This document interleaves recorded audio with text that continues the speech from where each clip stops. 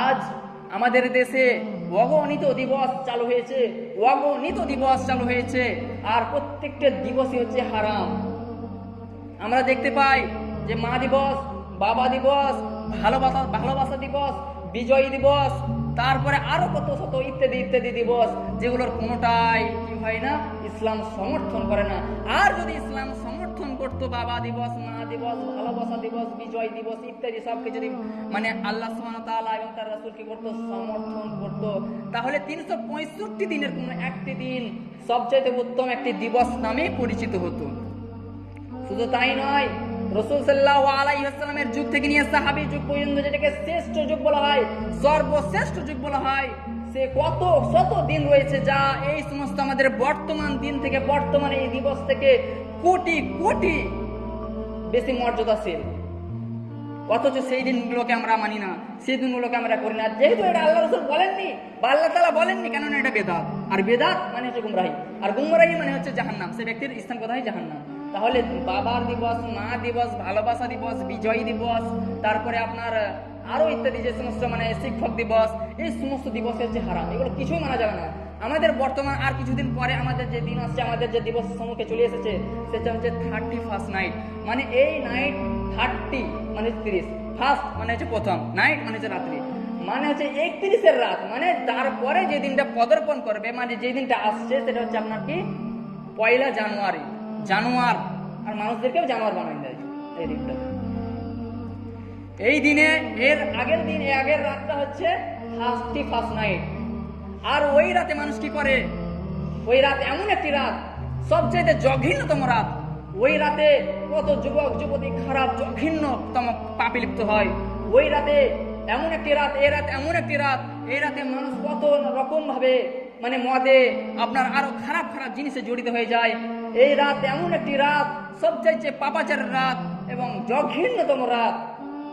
অথচ সম্মানীয় উপস্থিতি, আমরা এই রাতকে কি করি, এই রাতকে পাওয়ার জন্য, এই রাতকে শুভ অভিনন্দন জানানোর জন্য আমরা সারা রাত জাগরণ করি, আমরা বোমা ফাটাই, আমরা আরো কত ইত্যাদি আমরা ফাটাই এবং আমরা আয়েশ করি, আমরা এনজয় করি, যে এটাই হচ্ছে আমাদের সবচেয়ে উত্তম দিন।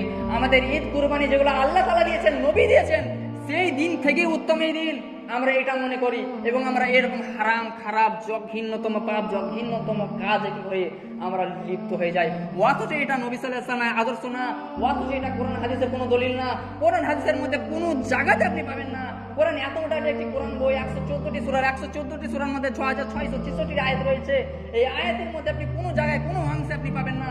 শুধু তাই নয়, বুখারী হাদিস থেকে নিয়ে আপনার মুসলিম, মিশকাত, তিরমিজি, নাসাই, এতে আপনার হাজার হাজার হাদিস রয়েছে, তার মধ্যে কোনো হাদিসের মধ্যে আপনি একটা টুকরা পাবেন না যে এই 1 জানুয়ারিকে শুভ দিন বলে পালন করতে হবে।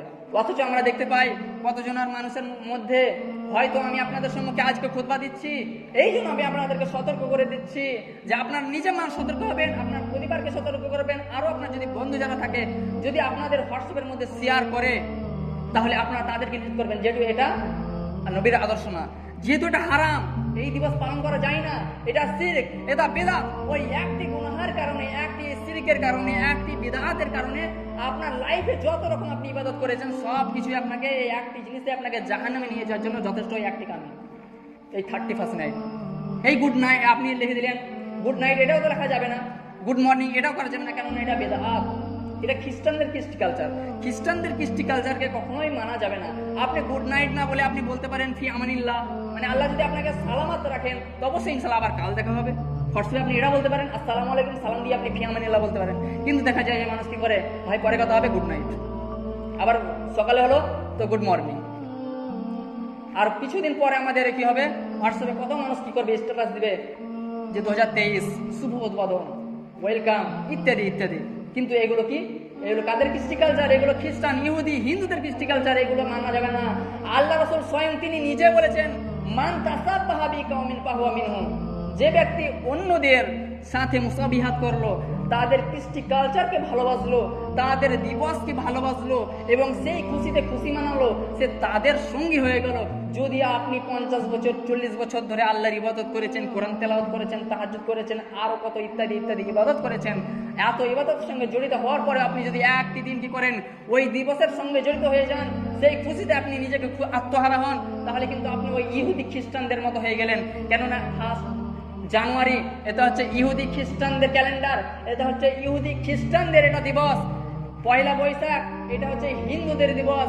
এই দিবস করা থেকে পালন বিরত থাকবেন। কেন রাসূল সাল্লাল্লাহু আলাইহি ওয়াসাল্লাম তিনি বললেন যে মান তাসাব্বি কওমিন, যে যাদের কৃষ্টি কালচারকে ভালোবাসলো, তাদের খুশি মানালো, সেই ব্যক্তি তাদের সঙ্গী হয়ে গেল। অর্থাৎ কিয়ামতে তাদের সঙ্গে তাদের হাসর নাসর হবে, কিয়ামতের দিন তাদের সঙ্গে তাদের হাসর নাসর হবে। নবী সাল্লাল্লাহু আলাইহি ওয়াসাল্লামের মধ্যে আমরা উঠতে পারবো না। যদি আমি বলি আজকে আমি যদি কারো হোয়াটসঅ্যাপে কি লিখে পাঠাই, হ্যাপি নিউ ইয়ার বলে লিখে পাঠিয়ে দেয় 2023 লিখে যদি পাঠিয়ে দেয়, বা আপনি যদি পাঠিয়ে দেন, তাহলে আমি আপনি সকলেই কি হবো, ওই সব চাইতে বড় বড় কাফের দুনিয়াতে যারা এসেছে, আপনার যেমন নমরুদ, আপনার ফেরাউন, তাদের সঙ্গে আমরা হব। তাদের সঙ্গে আমাদেরকে কিয়ামতের দিনে হাসর নাসর করা হবে, নবীর সঙ্গে আমাদেরকে হাসর নাসর করা হবে না। যদিও আমি নবীর উম্মত, আপনি ওই একটি কাজ করলেন, ওই কাজটি করার কারণে আপনি তো জাহান্নামে হয়ে গেলেন, আপনি নবীর উম্মত থেকে আপনার নামটা কাটা গেল। যদি আপনি নবীর উম্মত ছিলেন, নবীর উম্মত থাকলে আপনি অন্যান্য উম্মতের প্রথম উম্মতে অন্যান্য উম্মতের চেয়ে আপনার হিসাব নিকাশ আগে হতো এবং আপনি আগে জান্নাতে যেতে পারতেন। কিন্তু ওই একটি আমল করার কারণে, একটি জঘন্য পাপ করার কারণে, একটি জঘন্যতম কাজ করার কারণে ওই একটি কাজই আপনার জাহান্নামে নিয়ে যাওয়ার জন্য যথেষ্ট। এক শায়ের উর্দু এক শায়ের তিনি তিনার ভাষায় তিনি বলছেন, और एक ईंट गिर गई दीवारे हयात से, और एक ईंट गिर गई दीवारे हयात से, वो नादान कह रहे हैं नया साल मुबारक। খুবই আফসোসের বিষয় যে আমাদের বছর থেকে, আমাদের আয়ু থেকে একটি বছর কেটে গেল। আমাদের যদি আমি 40 বছর বাঁচি বা 30 বছর বাঁচি, সেখান থেকে একটি বছর ঘটে গেল, পার হয়ে গেল। ওই বছর আমি কি করলাম না, ভালো ইবাদত করতে পারলাম না। যাই হোক, আমি শেষ দিন কি করি, এটা শেষ দিন আমার 2022-এর দেশে পদার্পণ করব, তাই এই দিন আমি কি করি, 2022-এর জন্য আমি আল্লাহ তাআলার কাছে ক্ষমা চেয়ে নিই। যদি আজকে আমার এই রাতে মৃত্যু হয়ে যায়, এই রাতে যদি মৃত্যু হয়ে যায়, আমি আল্লাহকে কি বলবো, কি বলে আমি আল্লাহর সঙ্গে আল্লাহর সামনে সম্মুখে দাঁড়াবো, কি বলবো যে এটা করিনি, এই জন্য এটা করতে পারিনি। আপনি বলবেন, কি ওজন পেশ করবেন, কি বাহানা পেশ করবেন? তো ওই দিনে কি করতে হবে, আমাদের আফসোস করার বিষয় যে ওই দিনে আমরা এটা না করে, আল্লাহকে তাদের ক্ষমা না করে, ক্ষমা না চেয়ে 2022-এ যে সমস্ত গুনাহ করেছি সেগুলো হচ্ছে ক্ষমা না চেয়ে আমরা সেই দিনে আরো আনন্দ উল্লাসিত হই, আরো জঘন্যতম পাপে আমরা লিপ্ত হই এবং আমরা সেই দিনে আমরা আনন্দে উল্লাসিত হই। কিন্তু আর এক ইট গির গই দীওয়ারে হাত সে, আপনার বছর থেকে, আপনার আয়ু থেকে একটি বছর কমে গেল, একটা ইট হটে গেল, একটি বছর কমে গেল, অথচ আপনি বলছেন যে নয়া সাল মুবারক হে, আমাদের সঙ্গে একটা নতুন বছর এসে গেল। আপনি অভিনন্দন জানাচ্ছেন, ওয়েলকাম বলছেন, স্বাগতম জানাচ্ছেন। সম্মানীয় উপস্থিতি, এই দিন, এই দিবস, এই জিনিস থেকে বেঁচে থাকবেন। কেননা এই সমস্ত হারাম, এই সমস্ত নবীর আদর্শ না, নবীর যেটা আদর্শ, সে আদর্শে আদর্শিত হতে হবে আমাদেরকে প্রত্যেককেই। কেননা আমরা নবীর উম্মত, আল্লাহ রাসূল বলেছেন রাজিতু বিল্লাহি রাব্বাও, যে ব্যক্তি আল্লাহকে পেয়ে রাজি হয়ে গেল, রব বলে, আল্লাহকে রব বলে রাজি হয়ে গেল, আল্লাহকে রব পেয়ে রাজি হয়ে গেল, অবিল ইসলামে দীনান, এবং যে ব্যক্তি ইসলামকে দিন হিসেবে পেয়ে গেল এবং রাজি হয়ে গেল, অবি মুহাম্মাদের নবী, এবং মুহাম্মদকে যে নবী বলে রাজি হয়ে গেল, রাজি খুশি হয়ে গেল, সেই ব্যক্তি হচ্ছে একজন সঠিক ঈমানদার, সেই ব্যক্তি হচ্ছে একজন সঠিক মুসলিম। আর যদি আমরা এই দিবসকে পালন করি, যে সমস্ত আজেবাজে দিবস রয়েছে, যে কোনো দিবস, আপনাকে একটা কথা বলে দিই, যে কোনো দিবসই বলুন না কেন, প্রত্যেকটা দিবসই হচ্ছে হারাম, প্রত্যেকটা দিবসই হারাম।